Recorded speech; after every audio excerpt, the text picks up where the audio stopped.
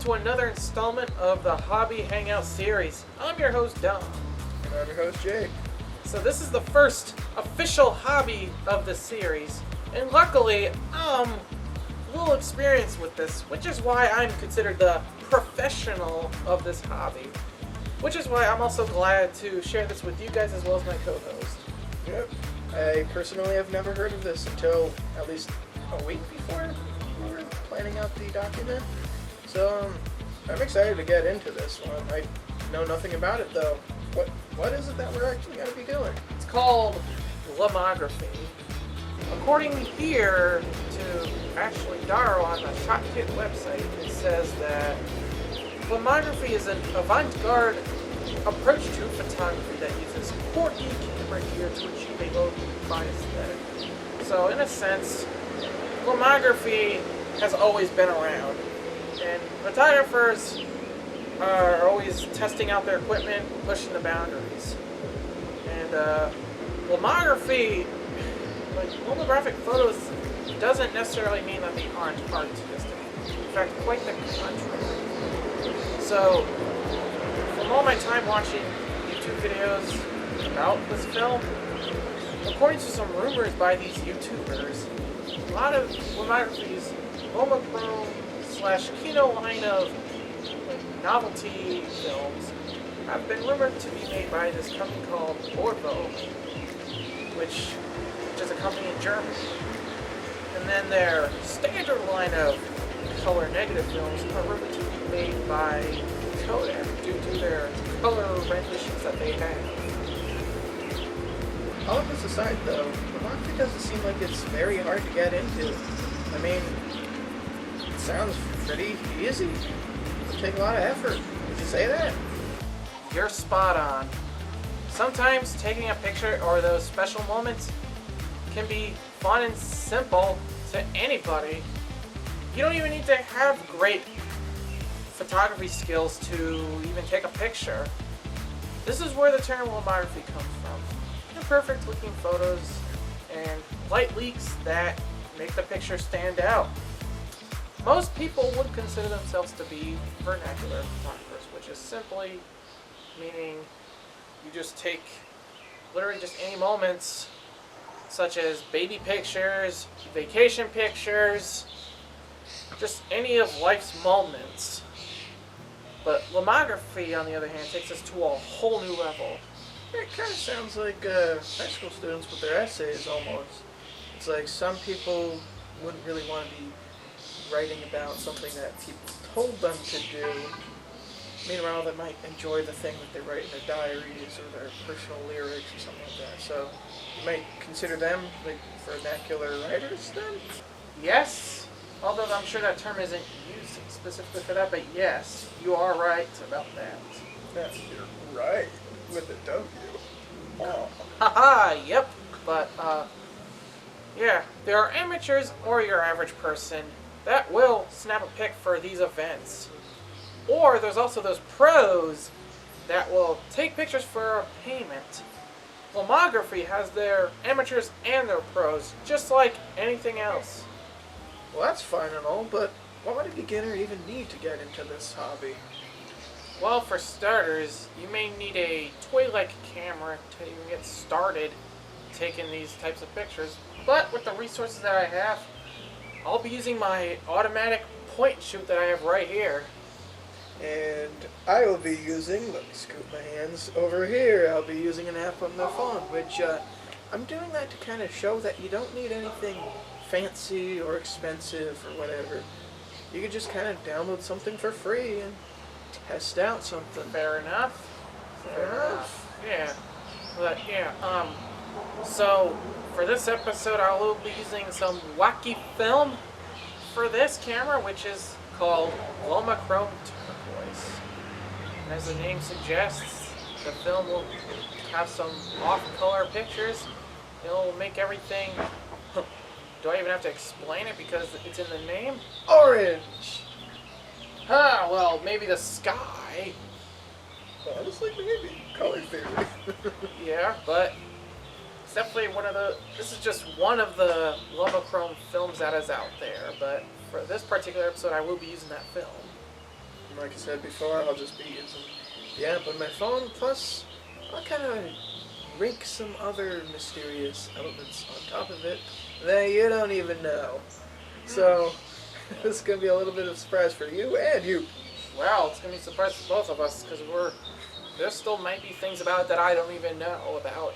And to be fair, I don't even know what that's capable of. I know somewhat of what you already said, but like, I really don't know everything about that either, so. Well, I'll be showing you everything, from like the loading to the unloading to everything else. And I'll show you the, Yeah. I guess, final product of whatever I'll be doing. For the purpose of this episode, we will be having physical copies of every single picture that we take. Whether that's, me printing pictures from this, or you printing pictures from your phone. There's a company called Lomography, which at this time, it started 32 years ago. They made cameras with plastic lenses. Even the cameras themselves were made of plastic. It was really more so designed to be a fun, charming way to take pictures. And the films themselves, they're more so of a novelty, and even the cameras were designed to give the film light leaks. And as time progressed, Lomography innovated with new cameras, new films, heck, even scanning units, which some may argue is contradicting the whole point of shooting on film. Which, experiencing the true, physical print. Crafting film is quite a meticulous process. It takes time to get your pictures back. People back then didn't have an issue with that because that was the norm. In fact, it's becoming the norm again nowadays. This may not necessarily relate with Lomography, but it does have that same thing when it comes to people taking pictures without it being a professional taking the pictures. Let's go back to the 1930s when the first color film was mass produced, and that film is called Kodachrome. Wait a minute.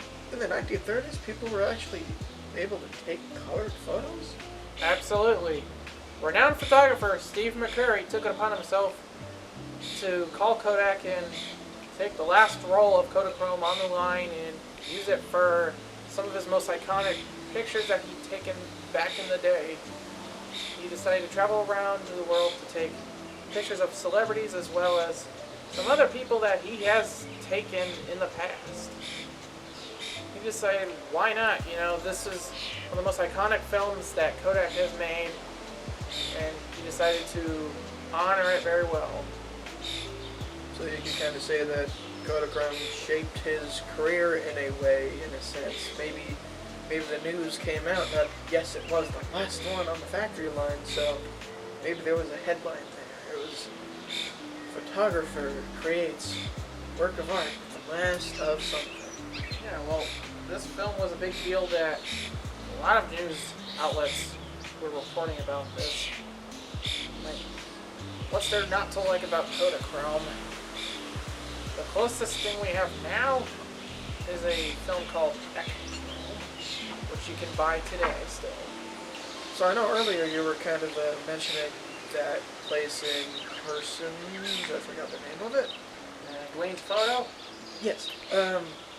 So they work with different types of films, right? You could send in whatever you were able to do, I guess, unless if it was Kodachrome. But back then, did they do anything with the Steve McCurry project?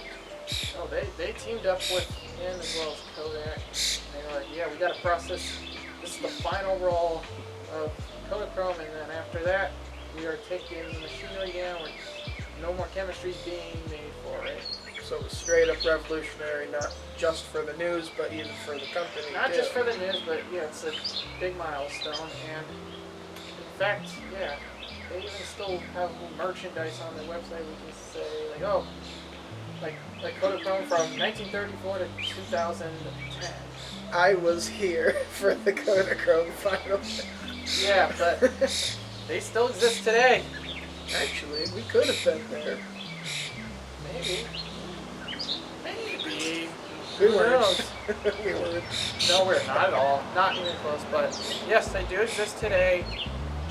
They do focus as well. I mean, they do process normal color film, well, slides and black and whites, but more so, they are more popular for processing very odd films, such as disc film, APS, and then 110. That's what you meant by odd films. I'm like, oh. Yeah, but other than the Steve McCurry stuff, has there ever been anything else significant in the pop culture and the universe out there with Kodachrome or Lomography? Oh, there was a Netflix film back in 2017, which is called Kodachrome, which is based on true events. Although not necessarily exactly what happened, it does kind of have that same theme to it. Might exaggerate the truth a little bit, like every other Hollywood stuff. But yeah, it did focus on, we got the last roll of Kodachrome, let's send it to, let's take a road trip to Dwayne's. Nice little road trip. The true Kodachrome was the friends we made along the way. Yeah. There's even been a park named after Kodachrome. Kodachrome Park. Where would that be located? Correct me if I'm wrong, but I think it could be in like New York or something. Not Parsons. No, that's where Dwayne's was. Oh man. Nope. But Dwayne's did have a popularity, like when the news outlet kind of put him on the spotlight, and even in recent years, they've become pretty busy. Have you heard of Paul Simon? Yeah, I've heard Simon Garfunkel.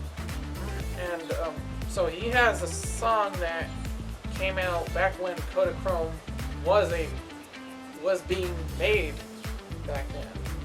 And to put it simply, the song is just called Kodachrome. So you can listen to Kodachrome in Kodachrome while watching a Kodachrome movie or something. Hey, if you're really that enthusiastic in Kodachrome, then sure, if you're that much of a film nerd. Sure, I thought it was Kodak. Back in 1975, you could do that,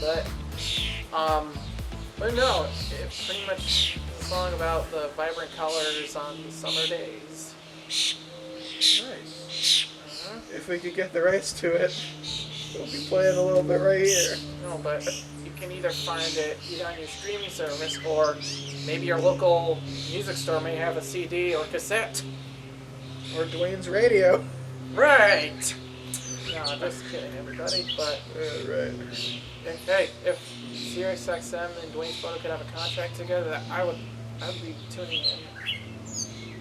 I don't know if I would be, but I mean, all of that information is certainly interesting, and it kind of makes me excited to actually get this going. I mean, I have my device right here, and yours isn't too far away. Nope. So you got your phone. So I'll be using this camera right here, which is called the Canon Sharp Shot BF Date. So, does BF mean boyfriend, and does date mean the type of lomographic event you take your boyfriend on? No, but what's to stop you from taking your boyfriend or girlfriend to a lomographic event? So BF stands for Big Finder, which simply means a big viewfinder. Oh, what does date mean? It just simply means it date stamps your picture, puts the current date on the bottom right of your photo. It's pretty cool if you were really, really picky about which day you shoot your pictures on.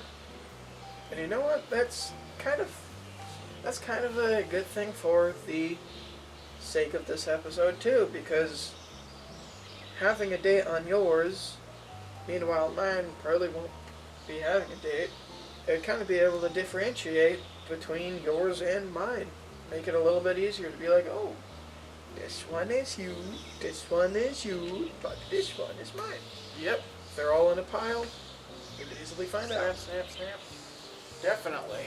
So, yeah. I'm looking forward to this.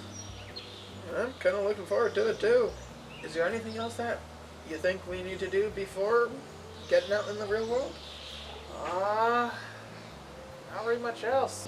Well, while we're out in the real world, I'll be showing you guys how to load this camera up with film. Or in this case, I guess my camera.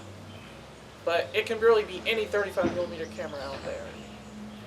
And I won't be showing you anything because I kind of think that I should do my stuff secretly. Right. He'll be taking you along with the professional photographer's third eye or something, whatever. You're going to take them along and show what you would do. Yeah. How you do it. It's definitely an addictive hobby, and this is what got me hooked onto this format and everything else. So, Lovely. I guess we'll see you guys in a few seconds. So here we are at Harkness Park, where I'll be taking my pictures, which you'll be seeing while Jake will be doing some off-camera picture taking. That's absolutely right. I decided to make it a little bit secretive to not only you, but to you as well. So, it's not only the two of us. There's also going to be a cameraman who's going to be following him on his journey. Yep. Well, without further ado, let's get going. Let's get going. In the world of lomography, embracing unpredictability is key, which is why I enjoy the thrill of taking pictures of those unexpected moments that conventional photography might miss. But at the end of the day, there's no right or wrong way to go do lomography. You can do predictability or unpredictability.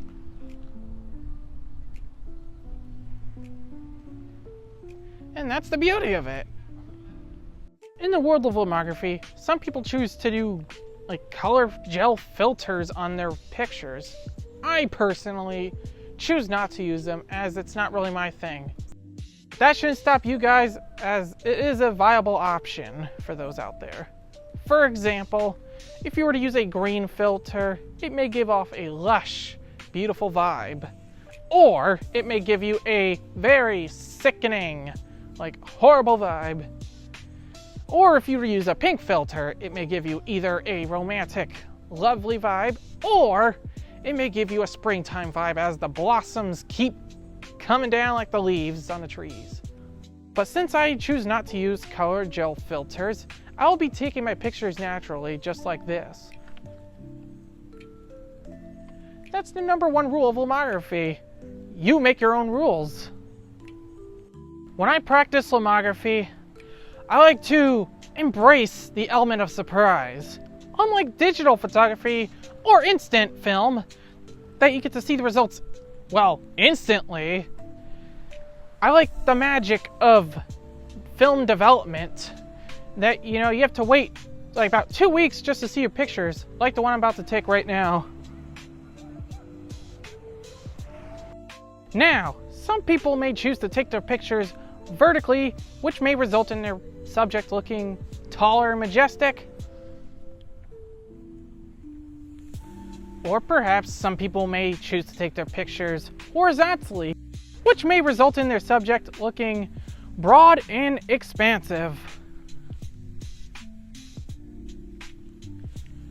Whether it's horizontal or whether it's vertical, each different angle tells a different story.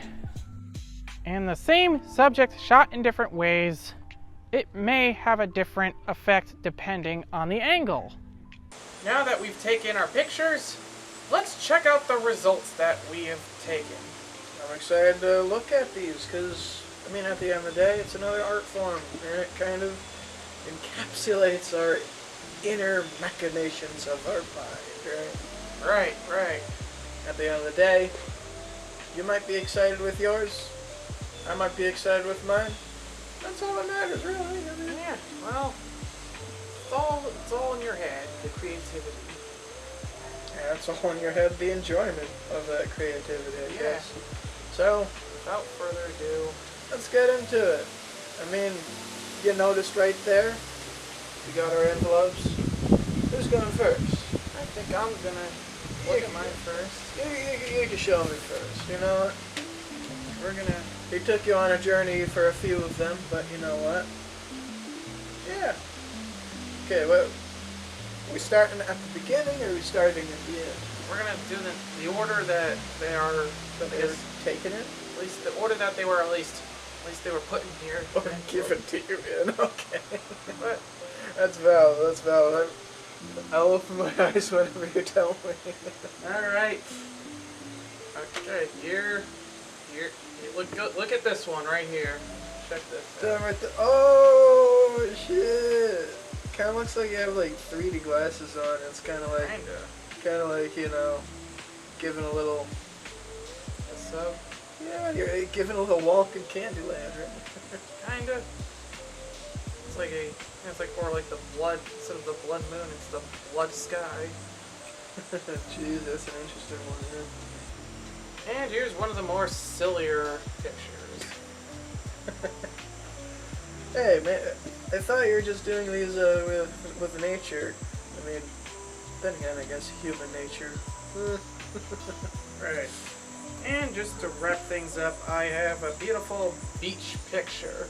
I mean, hey, you know, it's like, instead of being like a traditional, like, oh, candid snapshot, this definitely can be a work of art in its own. Yeah, I'd imagine you could probably do a little bit better whenever it comes to if you had that whole place to yourself, right?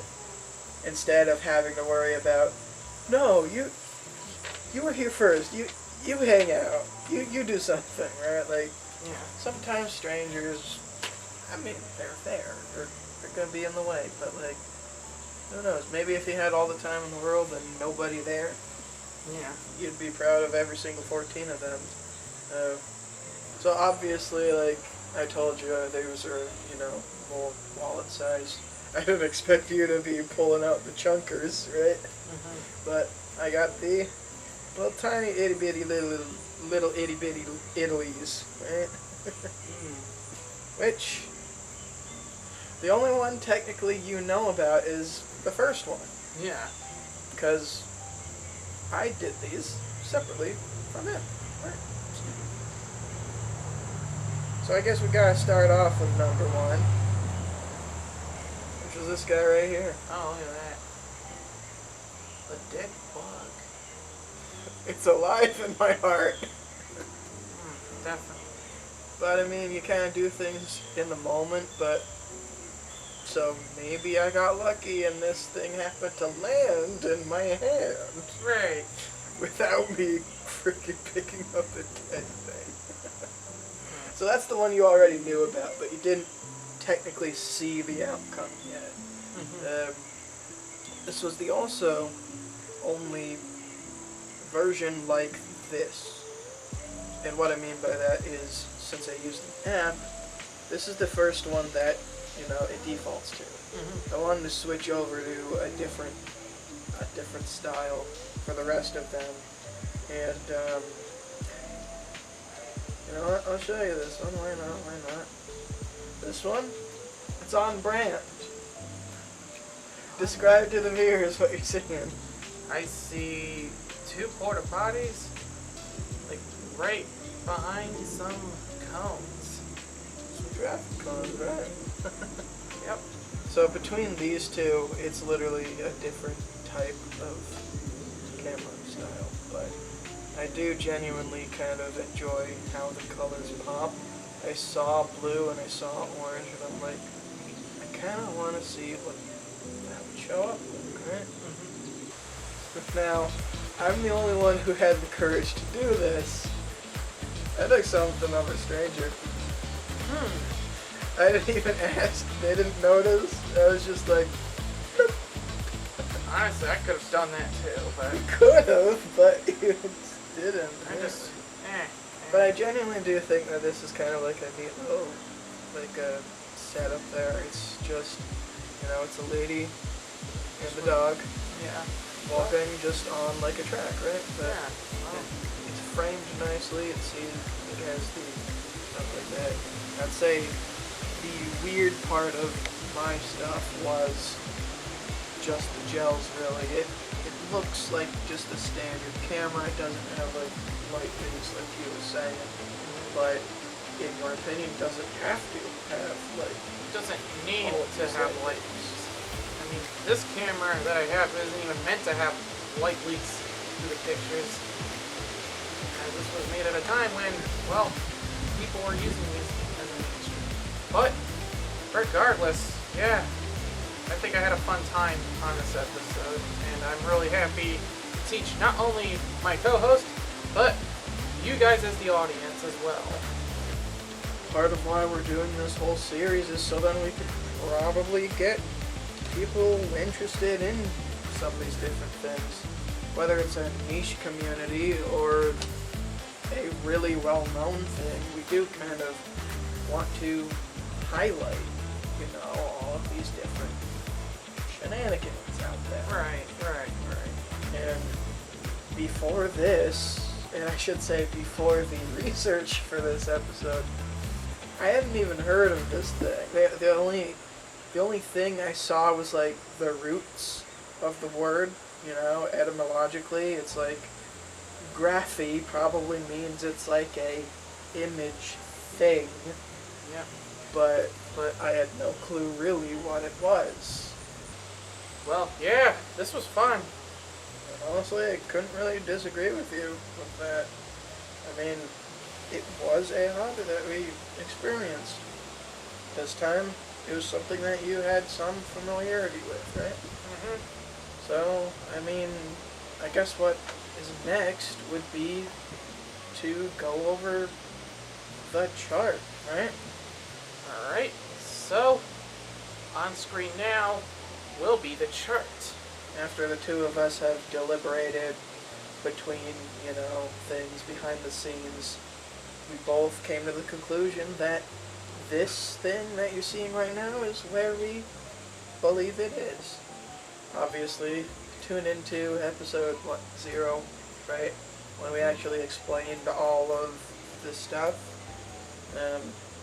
Obviously, the closer it is to, you know, less extreme or whatever, it's on the left, and then more extreme for that topic would be on the right. The only difference would probably be with the type, whether it's like creative or like physical, right? That's like a different. It's one of the different things because that's not like a less or more. They're different things. Mm-hmm. But I mean, we definitely recommend you doing pretty much everything that we do in this series. I mean, there's gonna be a few hobbies out there that we just don't like. And honestly, there be hobbies that we may not even do till we're maybe middle-aged men. Well, hopefully not that long. Hopefully not, but ideally as soon as possible. And I mean, like, the reality is the two of us are not gonna like absolutely everything that we do on this show.